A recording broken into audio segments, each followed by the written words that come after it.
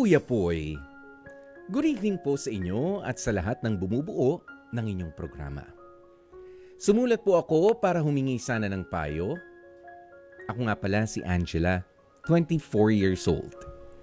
Magdadalawang taon na ako sa trabaho ko bilang isang freelance graphic artist.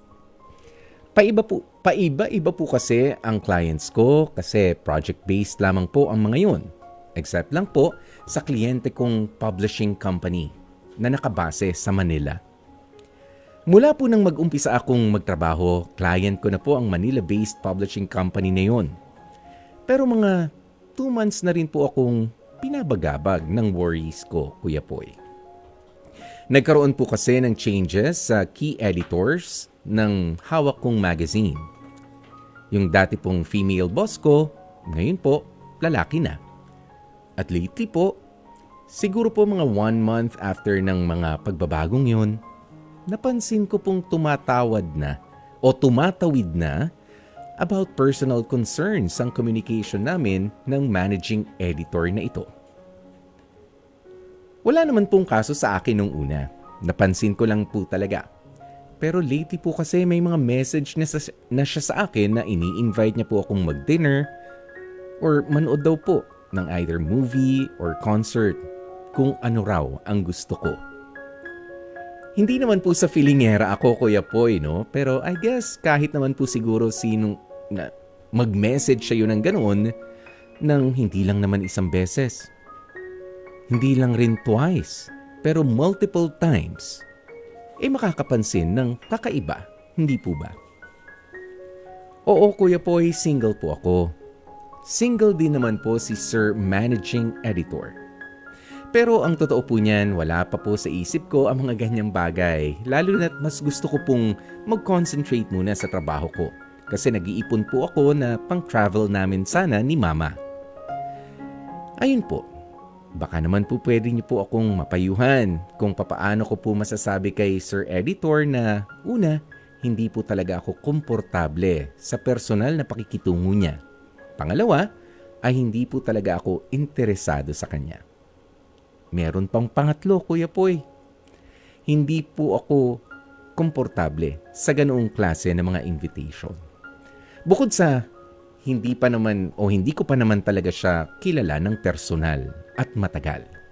Napaka mahiyain ko rin po kasi. Binabasa ko lamang po ang mga messages niya.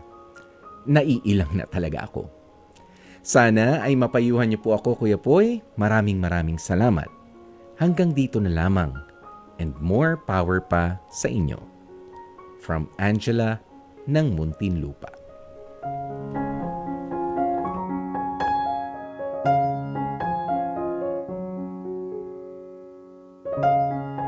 Angela, sa kinwento mo sa amin ngayon para sa ating True Love Notes, ang dami magsasabi na sana ako na lang ang nakilala ni Managing Editor. Sana akin na lang siya, Angela. Kung ayaw mo, akin na lang siya. Ayan. But kidding aside, tayong lahat naman ay merong mga preference, di ba? Meron tayong mga priorities, Angela. Unang-una, dyan sa preference, hindi mo siya type. Oo, definitely hindi mo siya type dahil sinabi mo nga, no? Ilan yung sinabi mo na mga dahilan? 3, pero actually parang marami pa. Hindi mo talaga gusto na ganun ang klase ng invitation. Pero syempre hindi naman lahat din na mga biglaang nag-i-invite sa'yo na ganyan, na mga siguro gusto ka lang rin makilala, gusto ka lang rin makasama, yung ganyan. Not necessarily liligawan ka na kaagad.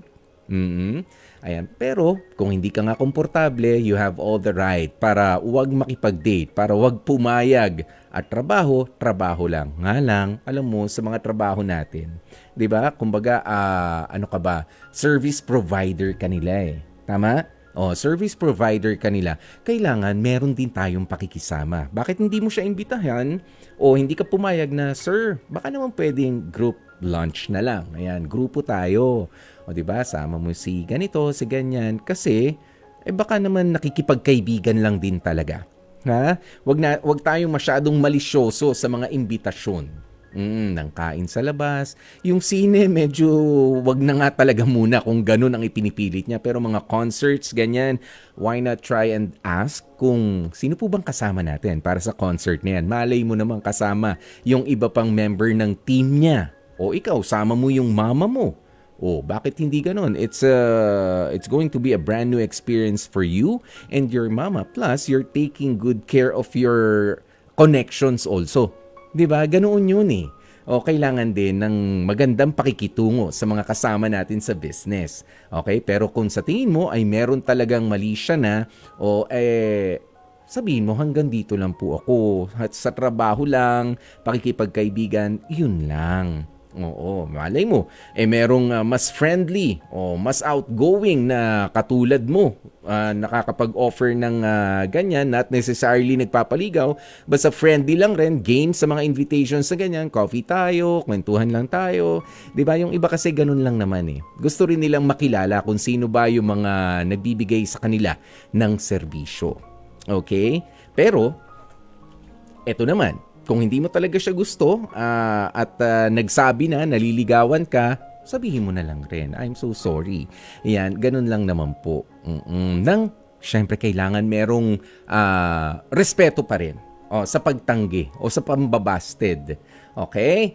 Ayan. Pero, hindi ka naman masamang tao sa pagtanggi, Angela. Yan yung gusto mo, yan yung kaya mo lang na may offer sa kanya, pero wag mo naman putulin lahat ng linya. Pagbigyan mo minsan, pero yun nga, kung ayaw mo pa nung intimate na date, ganyan, hindi ka talaga komportable, hindi mo talaga siya gusto, grupo ho tayo. Sama ko yung friend ko, sama ko yung mama ko, ikaw. Sama mo rin yung kasamahan mo sa trabaho, ganun na lang. Oo, maging may respeto rin tayo pero hindi tayo sarado para makilala pa natin ng personal yung kumbaga nagpo-provide din sa atin ng trabaho. Baka pagkakaibigan lang ino-offer, masyado ka nag-overthink, Angela. Sayang naman ang mga susunod na opportunities. Okay? Ayan, kaya dito naman tayo sa calling naman. Oo. Ayan, maraming salamat. Diyan na po natin tatapusin ang hashtag True Love Notes